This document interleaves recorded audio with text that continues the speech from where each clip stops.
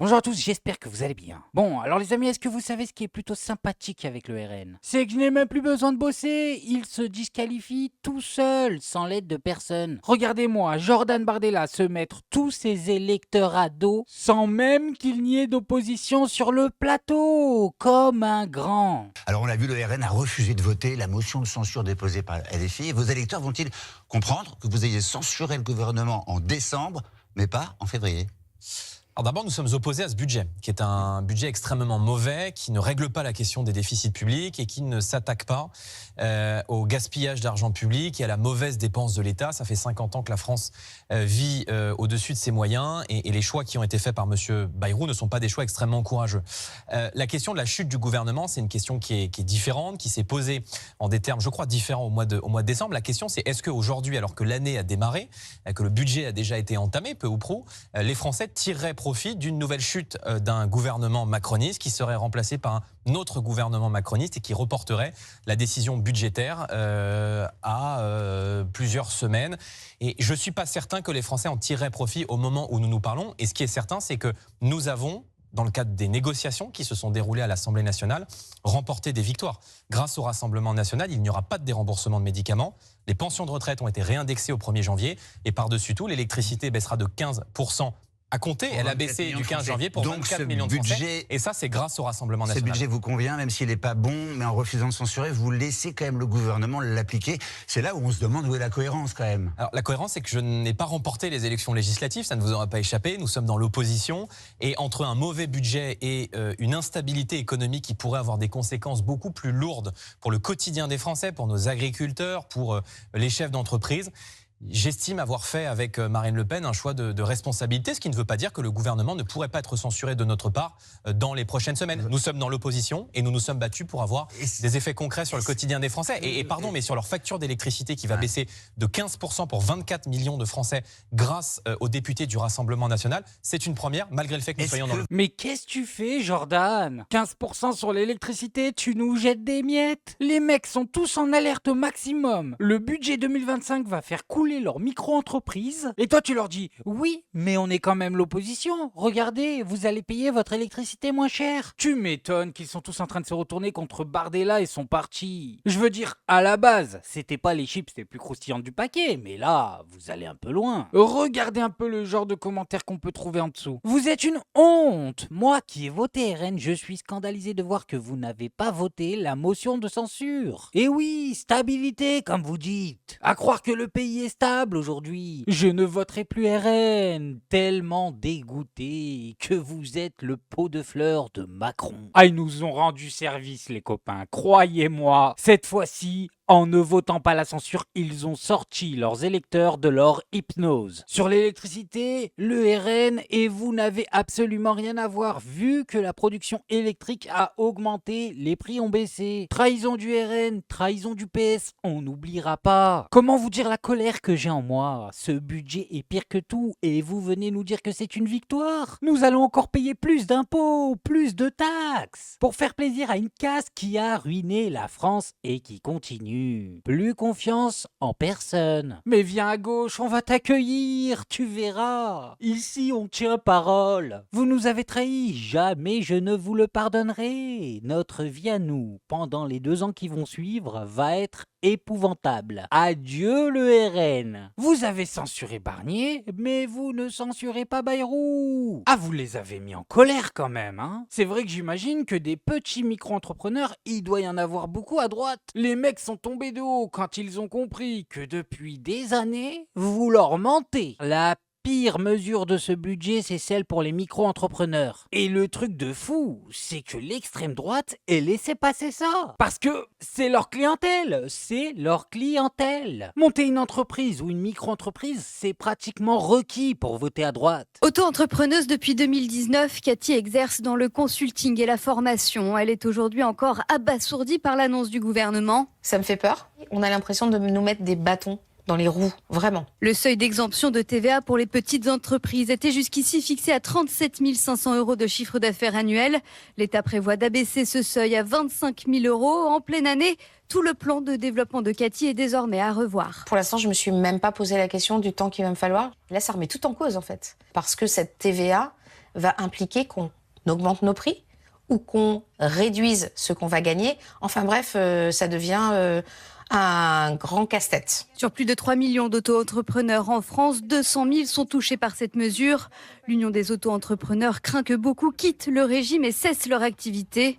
Pour tous ceux qui facturent auprès de particuliers, il faut retirer la mesure, ni plus ni moins. Le gouvernement espère une diminution du déficit public, une simplification fiscale et plus d'équité. C'est d'éviter donc que les micro-entrepreneurs fassent une concurrence déloyale vis-à-vis d'autres secteurs d'activité qui sont soumis, eux, à la TVA. Attendez, qu'est-ce qu'il vient de dire celui-là? Une concurrence déloyale des micro-entrepreneurs? Non, tout mais pas ça, tous les arguments mais pas celui-ci. Les grosses entreprises peuvent acheter en gros, délocaliser, optimiser fiscalement de façon incroyable et surtout se payer par des moyens divers et détournés pour ne pas avoir à payer de cotisations sur leur salaire. Alors que les micro-entreprises sont soumis à un pourcentage fixe de cotisations quel que soit leur revenu sur tout leur chiffre d'affaires. Et en plus sur ce chiffre d'affaires, ils ne peuvent même pas soustraire leurs dépenses, mais ils sont en concurrence déloyale. Lui, il nous prend vraiment pour des dindons. Ah, il a 2 doigts de nous jeter des graines. Tenez, picorer les petits. Ce qui va se passer, c'est que les micro-entreprises vont toutes couler et à ce moment-là,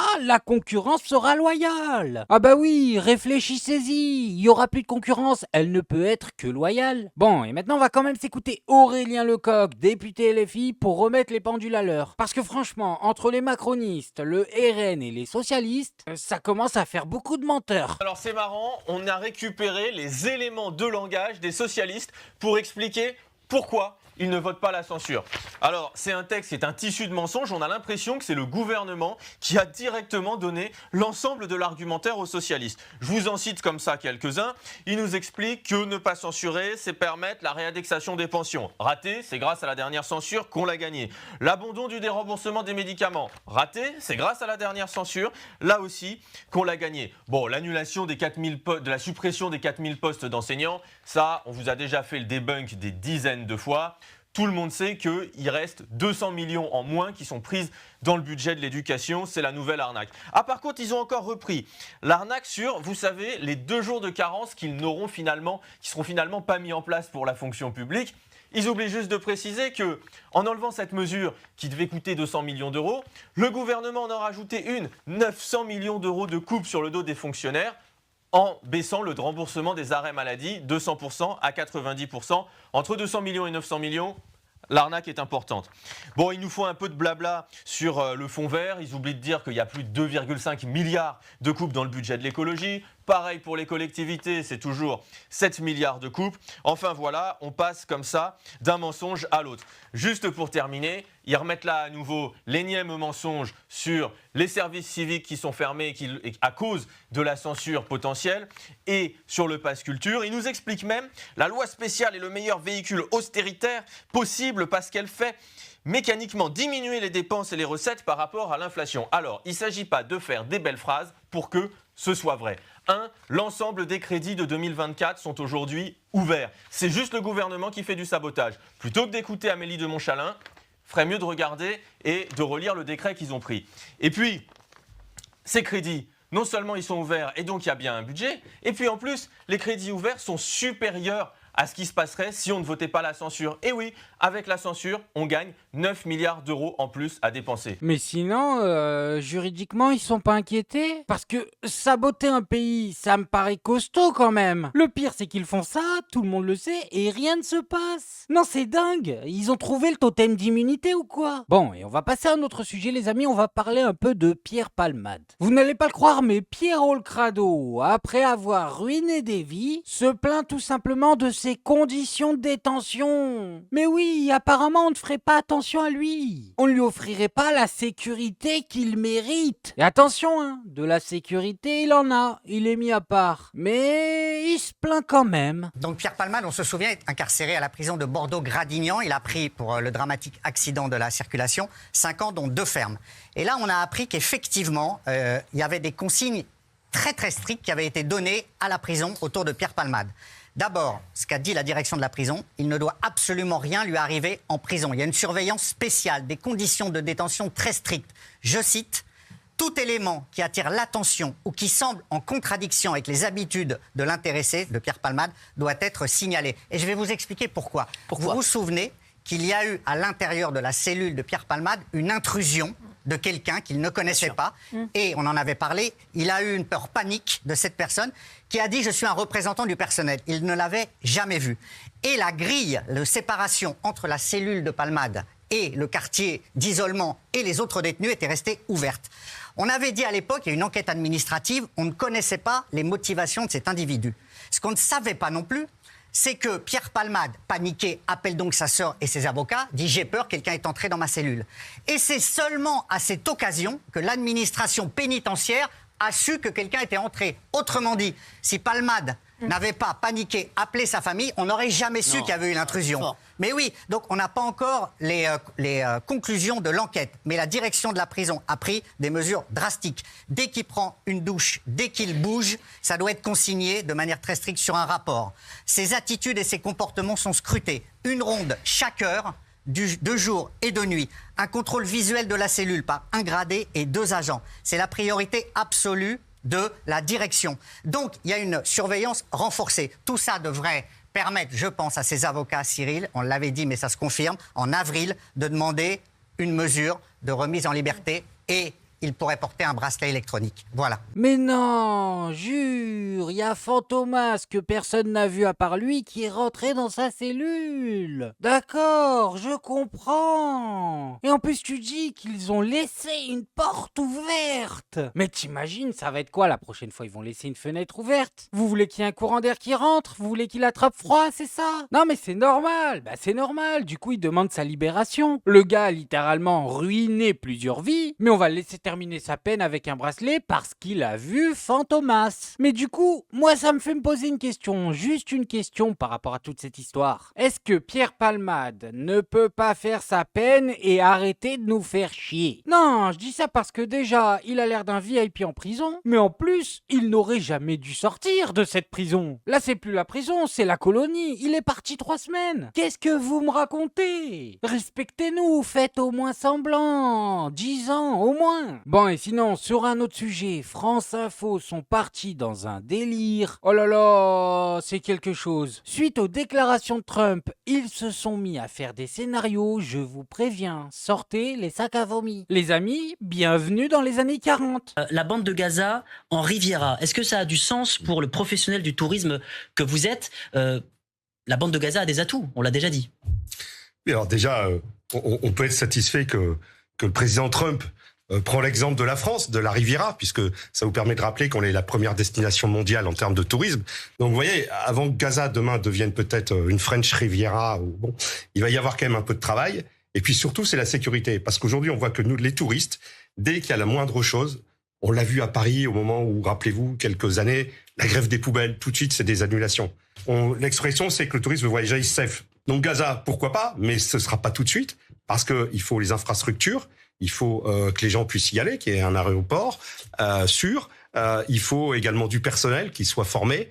Si on veut accueillir beaucoup de touristes, de nombreux touristes dans la qualité, il y a quand même beaucoup de travail. Je sais pas c'est quoi le pire dans ce qu'il vient de dire. Non mais honnêtement, je ne sais vraiment pas. Pour vous dire, mon cerveau s'est déconnecté au moment où il a comparé un géno avec la grève des poubelles. Là, je sais pas ce qui s'est passé, on m'a perdu. En plus, entre-temps, Donald Trump s'est rétracté, donc maintenant, il a l'air bien malin, monsieur propre. Tu vas être un bon paillasson et tu vas faire comme Donald, comme le patron. Tu vas t'excuser en public et tu vas nous dire que t'as pas vraiment voulu dire ça. Bon, et maintenant, je voulais vous montrer ça, parce que c'est incroyable ce qu'on apprend dans cet extrait. Écoutez bien, vous n'allez pas en revenir. Parce que elle a fouillé un moment dans les dossiers de la CNIL et elle s'intéressait particulièrement aux données de santé parce qu'on y est tous hyper sensibles et à la confidentialité de ces données de santé, et elle est tombée sur cette autorisation de la CNIL qui a été donnée à une société privée qui est juste le leader mondial des datas de santé dans le monde, qui s'appelle IQVIA, et donc IQVIA a eu l'autorisation de passer un partenariat avec les pharmacies,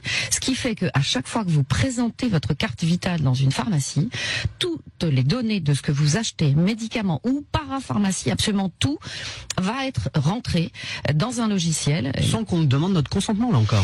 Normalement, on devrait absolument vous le demander. Normalement, on devrait, 1, absolument vous prévenir, 2, absolument vous demander votre consentement. C'est obligatoire obligatoire. Le consentement explicite, c'est dans la loi. On doit vous le demander.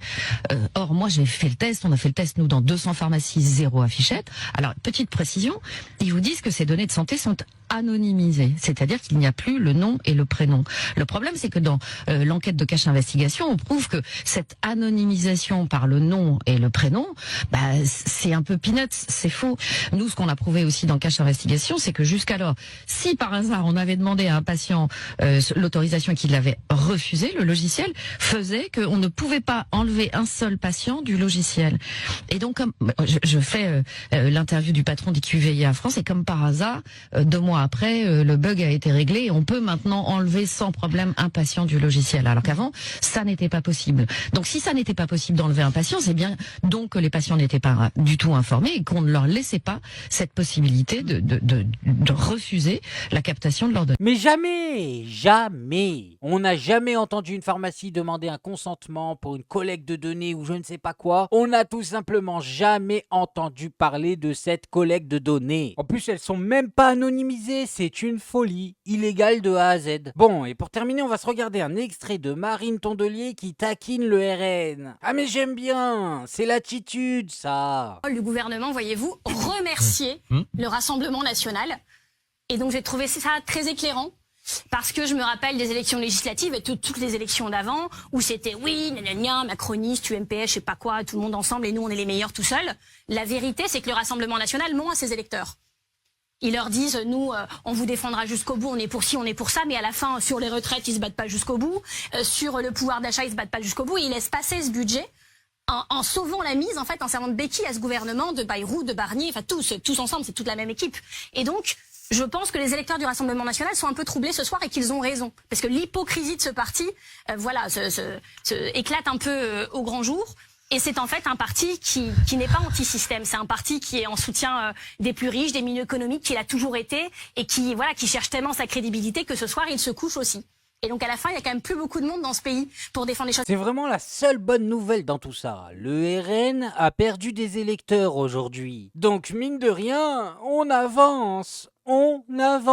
Bon, bref, moi je voulais juste vous montrer ça. Maintenant, faites-vous votre avis tout seul. Faites attention à vous, faites attention à ce que vous regardez. Likez, abonnez-vous et oubliez pas le petit com qui fait plaisir. Et on n'oublie pas le petit com qui fait plaisir. Non, le petit com qui fait plaisir. On n'oublie pas le petit com qui fait plaisir. Non, celui-là on l'oublie pas.